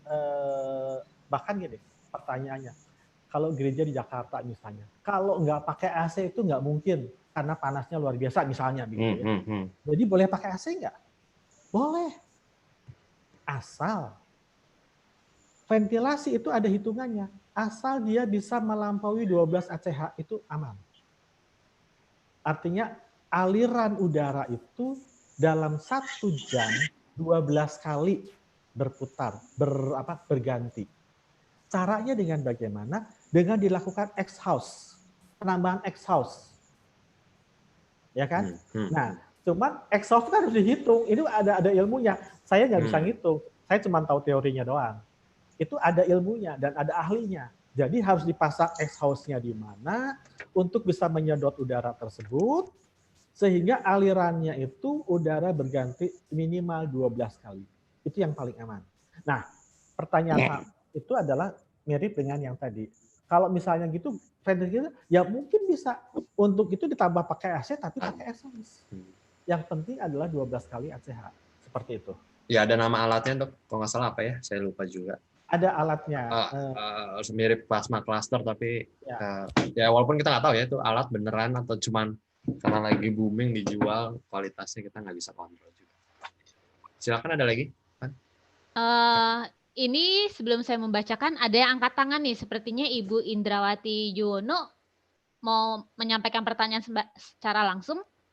Kita silakan. Ya, silakan Ibu Indrawati Yuwono mengangkat tangan. Apakah mau menyampaikan pertanyaan secara langsung kepada Pak Tami?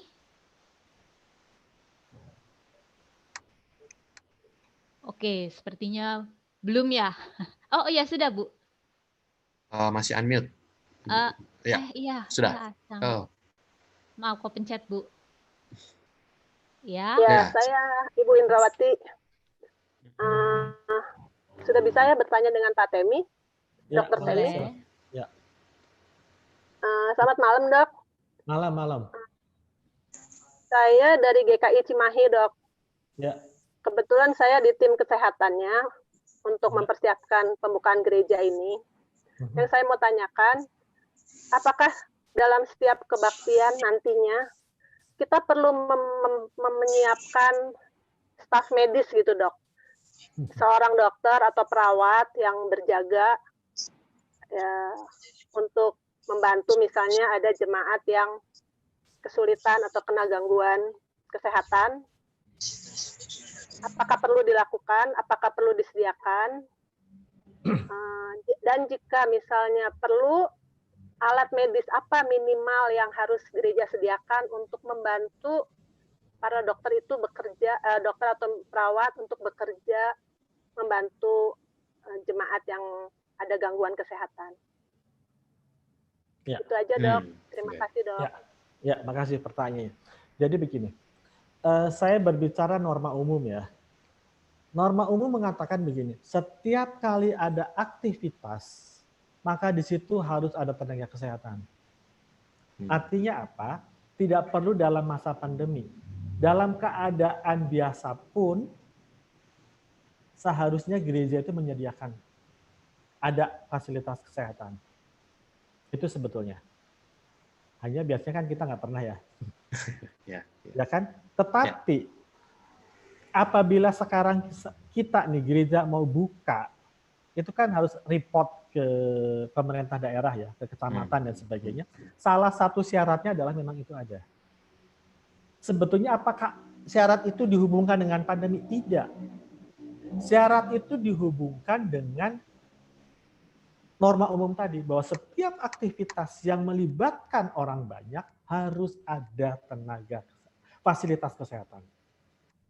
Jadi itu bukan dalam rangka pandemi saja. Itu pertama.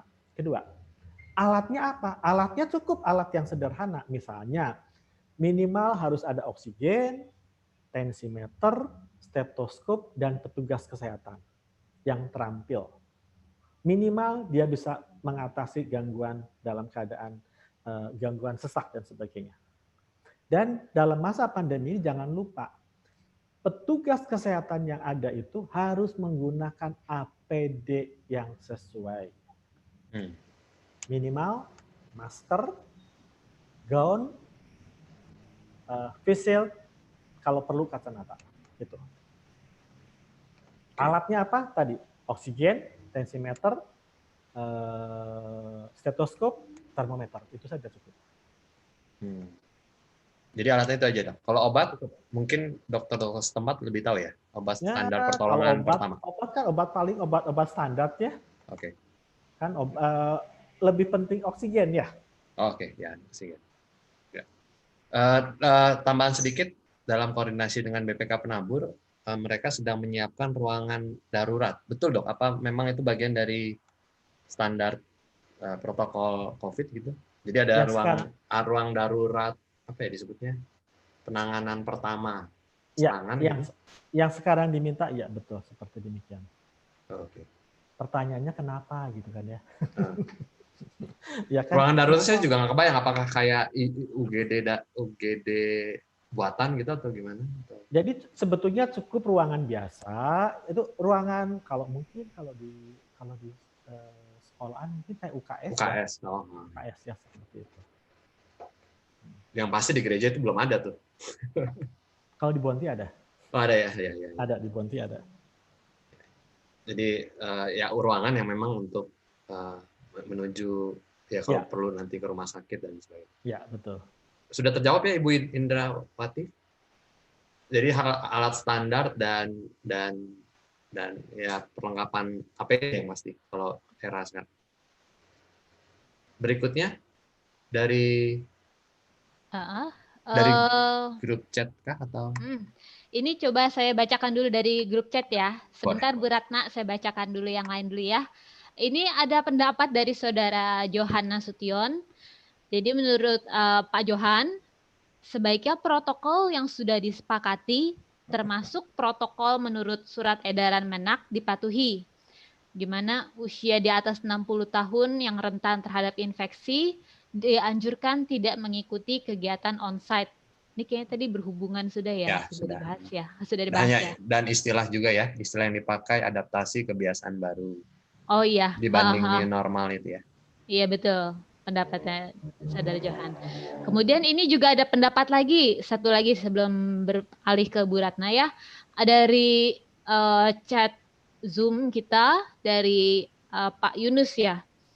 Pak Yunus mengusulkan kalau Klasis mengeluarkan semacam panduan atau pedoman umum tentang pelaksanaan ibadah yang isinya mempertimbangkan hal-hal yang disampaikan pada malam ini. Kemudian bisa disesuaikan sesuai kebutuhan atau konteks gereja masing-masing. Jadi dimulai dari Klasis ya yang mengeluarkan pedomannya. Boleh saya jawab? Silakan. Di Pak. Sini juga ada rekan. Dan memang sebelum ke Dr. Tami, jadi memang 4 kali diskusi ini dalam rangka persiapan itu, Pak Yunus. Tapi apakah akan melahirkan satu surat edaran itu hal yang lain ya. Dr. Tami mungkin bisa ngasih jawaban juga, Dok. Silakan. Jadi begini, kebetulan saya masuk ke ceritanya Dewan Pakar PIKI. Nah, kami membuat panduan untuk gereja-gereja, panduan protokol kesehatan untuk gereja-gereja yang akan membuka onsite. Itu saya buat semua. Kalau itu mangga, silahkan itu di-share. Kalau mau saya serahkan kepada siapa, akan saya serahkan juga. Nanti di situ tinggal dipilah. Di situ saya sudah, di panduan itu saya buatkan bagaimana cara menentukan atau memetakan bagian-bagian dari gedung gereja, kemudian APD-nya apa saja, itu. Memang kiblatnya adalah ke Kebonjati ya, karena saya contohnya Kebonjati gitu kan ya, kiblatnya Kebonjati, tapi itu bisa dimodifikasi. Dan kalau memang perlu mau berkonsultasi, mau berbicara dengan saya, mangga silahkan saya bersedia. Misalnya nih gereja A gini nih, gimana nih ngatur di sininya, bagaimana mengatur ininya, oke silahkan. Hubungi saya saja, nggak apa-apa. Oke, boleh Dok. Itu akan menjadi pertimbangan teman-teman Klasis juga, bila perlu diedarkan, ya. Boleh nanti kita minta bahannya nanti Dok. Nah, salah satu hasil diskusi hari ini ya, untuk teman-teman Klasis, ini formal sekali administratif, nanti disebarkan di 11 Jemaat Bandung dan 3 Cipasar. Ya, itu ada lagi. Ini ada lagi yang mengangkat tangan, Oh ada ya, Ibu Ratna Adriani, mungkin bisa menyampaikan pertanyaan secara langsung. Baik, Silakan. terima kasih. Ini sebenarnya namanya Ratna, itu sebenarnya anak saya karena laptopnya Iya. ya gitu. Jadi Iya, ya, silakan. saya menyaruh dikit. Nama saya sebenarnya Warsoma Johan, bapaknya. Baik, terima kasih Bu Fani. Ya. Saya sebenarnya ingin tanya ke Dr. Temi, sifatnya teknis aja, kenapa masker itu efektif sementara informasi yang saya peroleh, pori-pori masker itu jauh lebih besar dari virus COVID ya gitu. Artinya kok bisa tersaring gitu. Ya. Itu aja. Oke. Terima kasih. Ini Prof. Oma ini yang bertanya. Ya, jadi begini Pak Warsoma. Virus itu dia tidak bisa melayang-layang sendiri. Virus itu harus ada medianya. Apabila dia droplet, maka medianya itu adalah percikan ludah. Jadi dalam percikan ludah itu terdapat virus. Nah, pada saat kita menggunakan masker, pori-porinya memang lebih besar daripada virus. Tetapi dia bisa mencegah, mengapa? Karena dropletnya itu terhalangi oleh masker yang kita pakai. Sehingga virus itu tidak keluar. Kalaupun keluar, itu sedikit, persentasenya kecil sekali. 15% kalau tidak salah. Seperti itu. Ya. Jadi yang kita halangi itu bukan virusnya. Tapi yang kita halangi adalah dropletnya, percikan ludahnya. Kira-kira begitu. Menjawab, Pak Oma? Iya. Makasih, Dok. Ya. Jelas. Walaupun ada kategori saya tak berdalami ya, kategori yang masker itu Dok, ada masker kain, masker medis. Dan yang umum untuk di gereja adalah masker kain cukup, masker medis oke. Jadi begini, kriteria itu dipakai oleh medis supaya dia tidak tertular. Kan namanya APD, melindungi diri. Berbeda dengan masker yang kita pakai dalam keadaan new normal. Selain melindungi diri, tapi juga supaya kita tidak menularkan pada orang lain. Karena itu mengapa masker medis, tenaga medis itu menggunakan masker N95. Karena dia akan menyaring supaya dia nggak masuk ke tubuh kita. Seperti itu. Tetapi kalau si tenaga medisnya sendiri, dia pakai masker N95 itu itu untuk supaya tidak tertular, bukan untuk menulari. Karena itu ya sebaiknya dipakainya itu hanya pada keadaan di mana dia merawat pasien atau menangani pasien yang terindikasi tertular COVID. Seperti ini. Oke, masker kain cukup ya. Silakan, Kak Fani ada. Ya, ada pertanyaan lagi dari chat Zoom kita dari Bapak Karnisius Febriatno. Dok, di masa sekarang ini setelah selesai PSBB, apakah masih perlu dilakukan isolasi mandiri 14 hari setelah dari luar kota? Misalnya nih, ada penatua yang bekerja di luar kota, bolehkah dia ikut langsung PMJ atau rapat-rapat? Atau lebih baik dia absen saja? Terima kasih sebelumnya, Dok. Jadi begini, isolasi mandiri. Silakan, Dok, ya. Yang tadi saya sebutkan bahwa pada keadaan pandemi seperti ini, kita harus mencurigai semua orang itu tertular COVID. Sampai bisa dibuktikan bahwa dia tidak tertular. Nah, untuk bisa membuktikan apakah seseorang itu tertular atau tidak, itu hanya ada satu saat ini, yaitu dengan menggunakan swab PCR. Swab PCR itu dia pun hanya mengindikasikan bahwa pada saat ini saya tidak terkena COVID. Belum tentu besok dan lusa. Seperti itu. Nah, kalau tadi pertanyaannya seperti tadi, ada majelis yang datang dari luar kota. Kalau dia tidak mau isolasi mandiri, periksa. Cuman kan mahal. 2, sekian juta. Ya kan? Nah, alternatif lain apa? Isolasi. Karena saya tidak yakin bahwa saya yang habis dari luar kota ini sehat. Seperti itu. Kalau saya mau yakin, mau itu periksa. Tapi jangan rapid test. Periksanya adalah harus swab PCR. Seperti itu. Termasuk untuk yang ibadah ya dok ya? Yang tadi walaupun percuma nanyanya, tapi tetap harus edukasi, Pak. Iya. Seperti itu. Bahasa gampangnya apa, tahu diri gitu ya dok? Dari luar kota gitu ya. Dokter kayak malu-malu. Tahu diri kalau dari luar kota ya nggak usah ikut rapat, PMJ, nggak usah kebaktian dulu gitu ya. Kalau analogi merawat kehidupannya itu masuk gitu ya. Iya, itu. Silakan Kak Fani. Nah, ini tadi berhubungan dengan tadi slogan tahu diri itu. Ada juga yang menanyakan nih dari YouTube.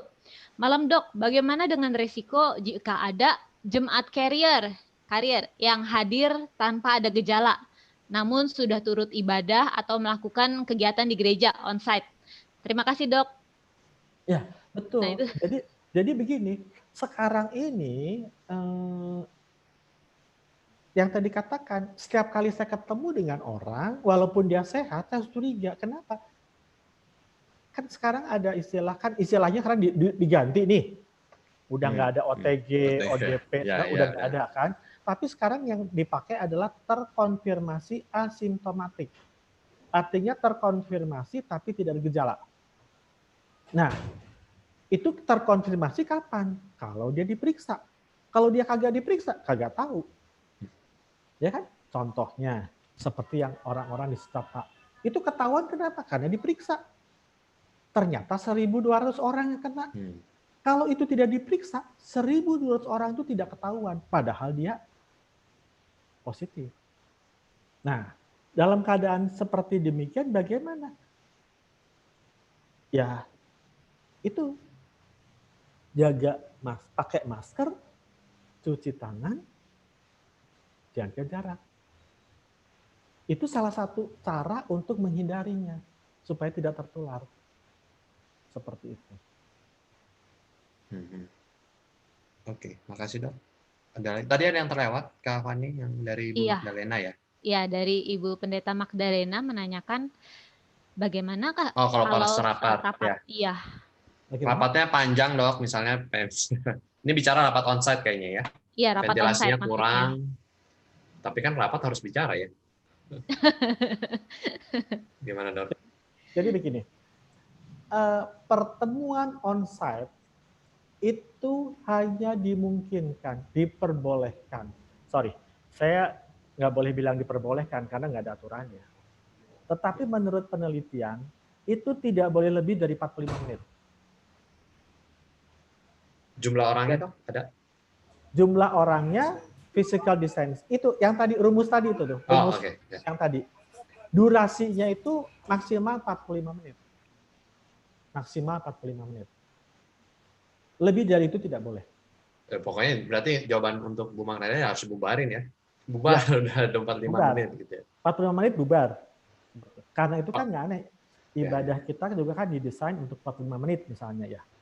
Seperti itu. Apalagi ini dibilang dengan ventilasi yang kurang dan banyak bicara. Udah harus lebih cepat bubarnya ya. Kalau ventilasi kurang, mendingan nggak usah rapat deh.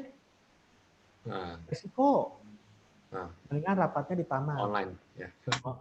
Kalau mau di taman, kalau nggak online. Ya, betul.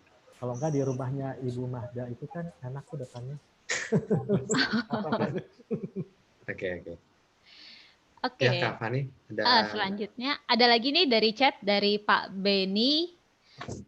Beliau menanyakan berapa range usia yang ideal untuk umat dan para pelayan ibadah yang dapat mengikuti atau melayani dalam ibadah on-site. Ya, batas atas, batas bawah, Dok. Batas atas, batas bawah. Ini polemik yang terjadi di semua tempat. Mengapa?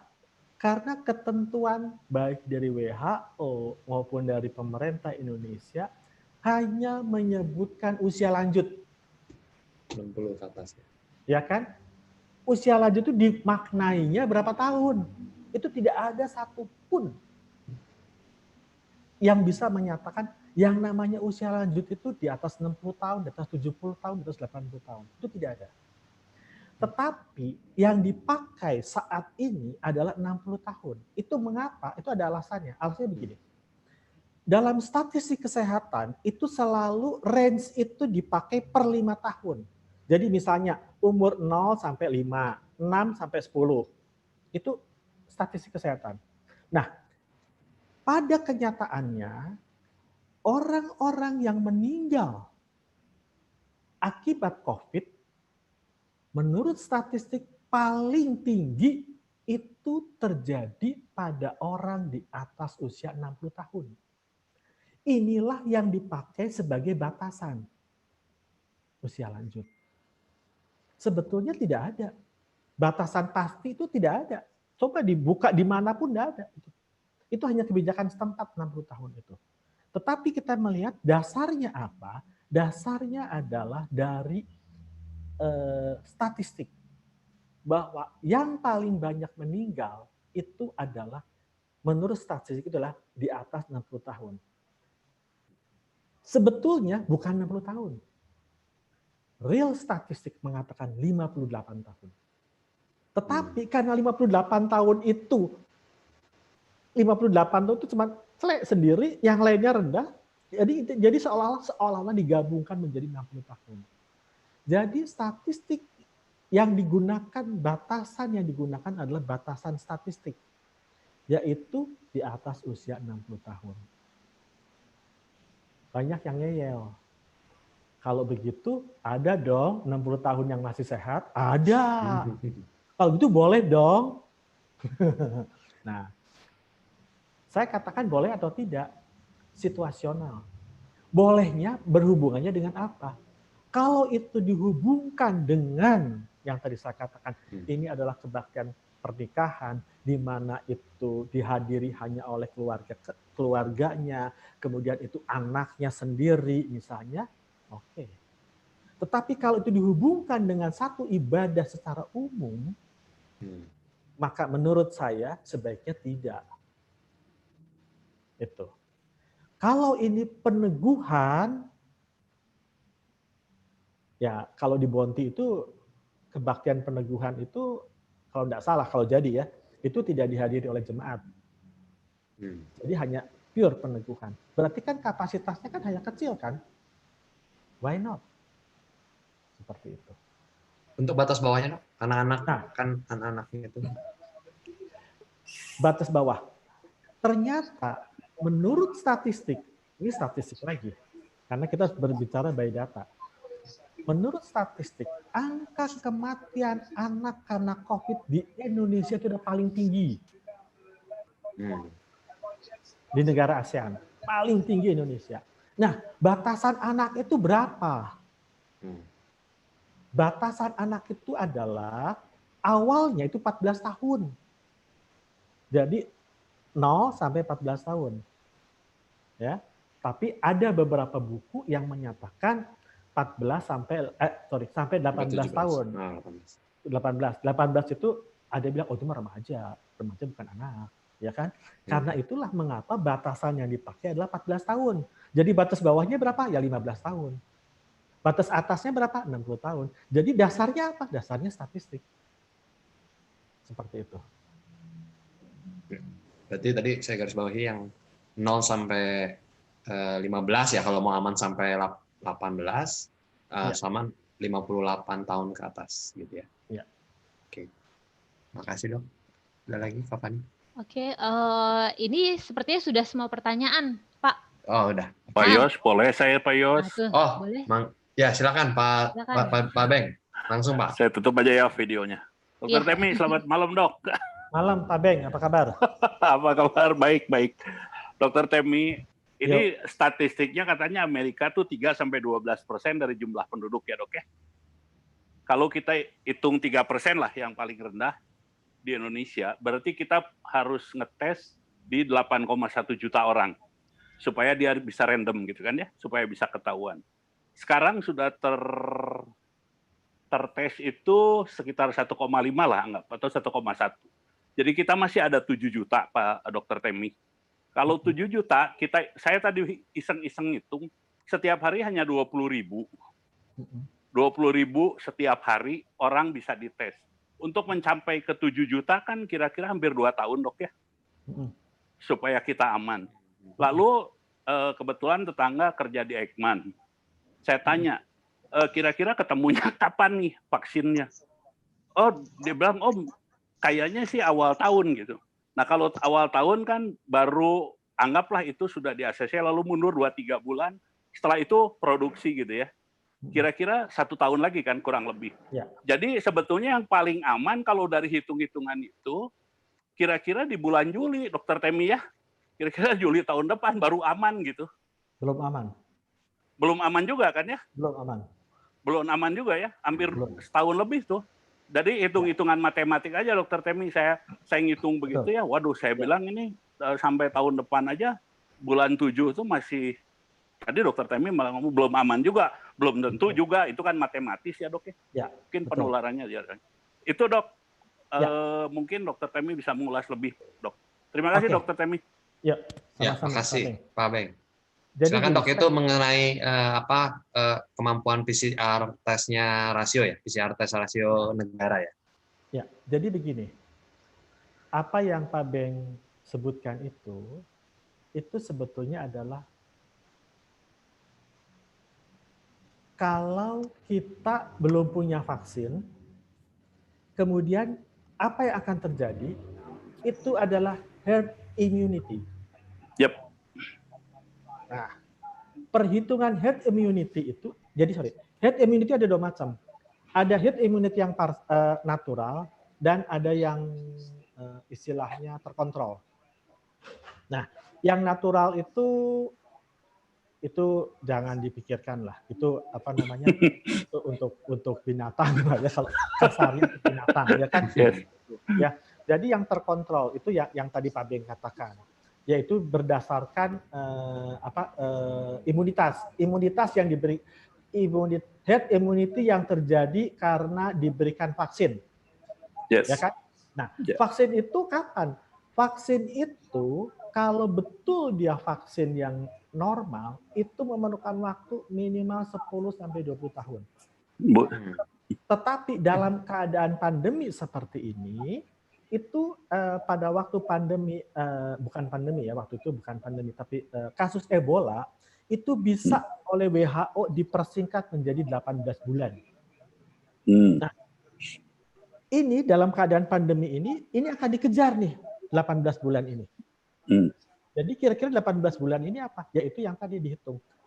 Dari Januari 2021 sampai bulan depan, yang tadi Pak Beng bilang bulan Juli ya.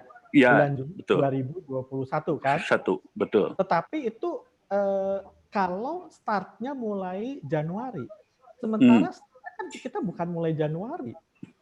Betul. Ya kan, nggak mungkin waktu itu orang Cina tidak. Jadi pasti karena itu tadi saya katakan, itu akan mundur lagi.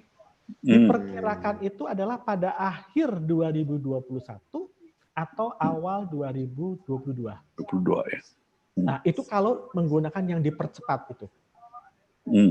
Nah, kalau menggunakan rumus teori herd immunity, tadi Pak Beng katakan berapa tadi itu yang 3% dan sebagainya. Ya, 3%. Kalau menurut setiap negara kan beda, Pak Beng. Betul. Kalau untuk Indonesia, jangan kaget. Yang harus terimunisasi itu adalah 92%. Wah, 270 juta ya. Nah, kira-kira seperti itu.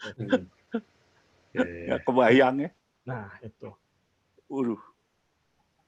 Maka masih jauh ya kalau bicara kurva berarti. Oh, jauh banget. Masih jauh sekali. Jauh banget. Nah, jauh banget. Mungkin nggak kita melockdown sampai kan nggak mungkin. Ekonominya kan? Nggak kuat, Dr. Temi. Ya kan, nggak mungkin Ya, kan? Nggak mungkin. Karena itu dilakukanlah AKB ini, ya kan? Nah, AKB ini basicnya apa? Basicnya adalah protokol kesehatan. Karena itu maaf kemarin saya bertanya kepada Pendeta Handi, new normal itu apa? Situasi atau perilaku?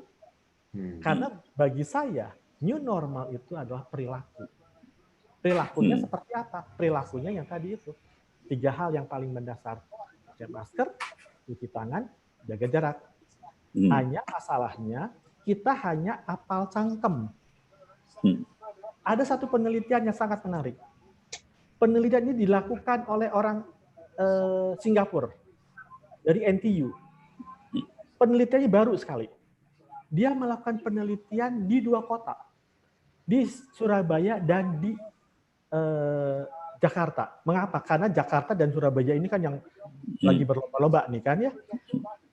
Peneliti ini dia seorang profesor. Dia ingin tahu sampai sejauh mana masyarakat di 2 kota tersebut mengetahui persepsi resiko terhadap COVID-19. Ternyata semuanya itu under nilainya. 3, sekian. Malah batasnya katanya 5. Nah, tetapi ada yang aneh. Ketika dia bertanya kepada responden, apakah Anda menggunakan masker setiap kali Anda keluar? Menggunakan. Itu 90% lebih. Artinya apa? Dia tahu, tapi dia tidak memahami. Ya kan? Dia tahu, tapi dia tidak memahami. Dan itu banyak terjadi di kita. Bahkan di kalangan gereja, kalangan majelis. Ya, itu. Jadi ini yang harus kita pahami ini. Jadi itu yang tadi saya katakan tadi pada Bang Yos di awal permulaan. Kalau kita mau buka, gereja mau buka ibadah, yang pertama-tama adalah pengurusnya dulu. Pahami dulu apa itu. Sesudah itu baru edukasi kepada jemaat. Selama itu belum siap, jangan buka. Seperti itu. Karena pemahamannya sering contohnya saja, umur 60 tahun saja itu bisa jadi permasalahan itu di majelis. Bisa jadi ribut itu. Ya kan? Iya. Kemarin saya dikejar. Mengapa saya menentukan batas suhu 37?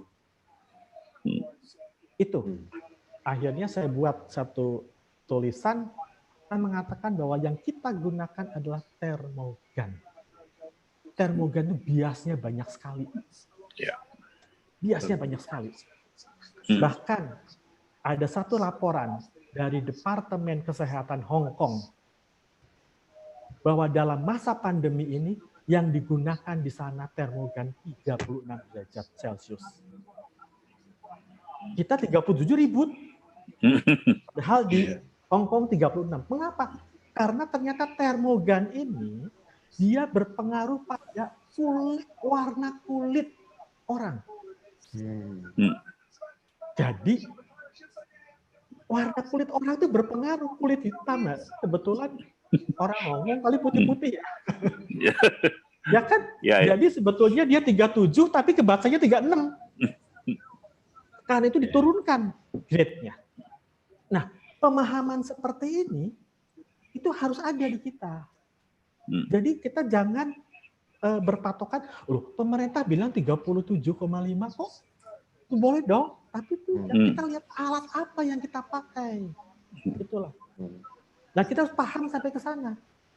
Seperti itu. Betul, Dok. Ya, berarti tadi ya jawabannya, hitungannya ya masih, kalau hitungan itunya masih jauh, Pak. Dokter Tempe lebih jauh. Lebih jauh lagi. 270 juta lagi. Saya cuma 8 juta. Oke, thank you, Dok. Thank you. Terima kasih, Pak Beng. Sama-sama. Nah, di saya sih 3 menit lagi nih, jangan sampai 2 menit lagi ya. Iya. Kak Fani, pertanyaan terakhir kali sebelum closing statement ya. Oke. Sebelum dalam kaitan dengan tadi ada 3 atau 4 gereja yang di sekolah, Dok. Keamanan memulai kebaktian. Ini mungkin harus ditanya ke dokter sisi medis ya dari Pak Yonas. Kan sekolahnya belum. Kalau kita mulai start duluan, apa nih resikonya buat anaknya atau buat jemaat gerejanya, Dok? Ini bicara konteksnya yang bareng sekolah ya. Bareng sekolah ya. Jadi begini, kalau untuk sekolahan, gereja berbarengan sekolahan, itu kalau gerejanya mulai dulu itu lebih aman. Aman buat kita apa buat anak nih, Dok? Buat dua-duanya. Ah. Daripada sekolah dulu baru mulai, baru gerejanya. Kenapa? Kalau misalnya gerejanya mulai duluan, misalnya ya, kan nggak ada anak-anak kan, kemudian terjadi sesuatu misalnya, maka sekolah bisa di stop. Tunggu dulu, lu jangan buka dulu. Tapi apabila sudah digabungkan, dua-duanya di stop. Sulit, tracingnya sulit sekali. Lebih-lebih kalau anaknya anak SD gitu ya, kalau SMP, SMA masih ada mendingnya. Anak SD, TK, wah repot sekali itu. Kalau TK, SD mah menurut saya mah mendingan jangan dibuka dulu ya. Resikonya besar sekali. Ya, jadi tadi ya bahwa dari segi aman ya memang aman untuk tracing tadi ya, Dok ya. Iya.